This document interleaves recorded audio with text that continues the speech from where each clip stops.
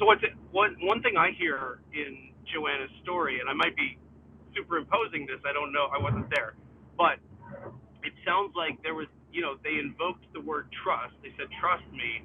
But what they really meant was authority. What they really meant was listen to me. We spent this. Yeah, absolutely. And it's one of the problems with having doing knowledge work in an organization that's designed for top-down command and control. That those things get mixed up pretty often. And what we really need to do is, what happened here was the separation of knowledge from the work. So after a situation like that, what are like key steps or ways to start to build trust back up? Or even in general?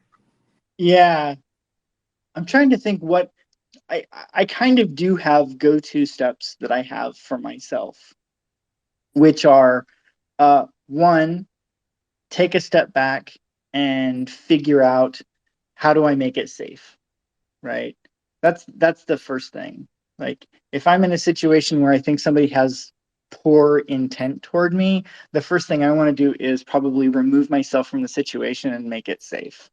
Or if I think that there's somebody who doesn't have follow through, then often I'll look at what are the agreements.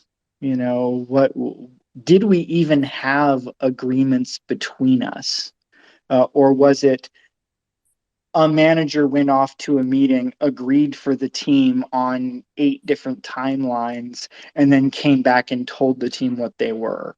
It's like that's not an agreement, that's an assignment.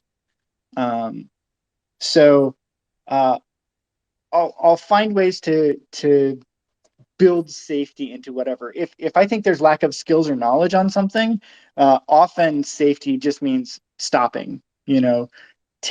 Take it a moment, move back, figure out how to stop digging whatever hole we're in. Those sorts of things. And then how to move it to a safer space to build those skills and knowledge. So safety is definitely key. Because we're not going to be able to think straight. We're not going to be able to be vulnerable. We're not going to be able to build any trust at all in an unsafe environment. Then it's really getting curious, you know, figure out, break it down, which of the three, maybe it is all three, but is it one, two, or all three of them?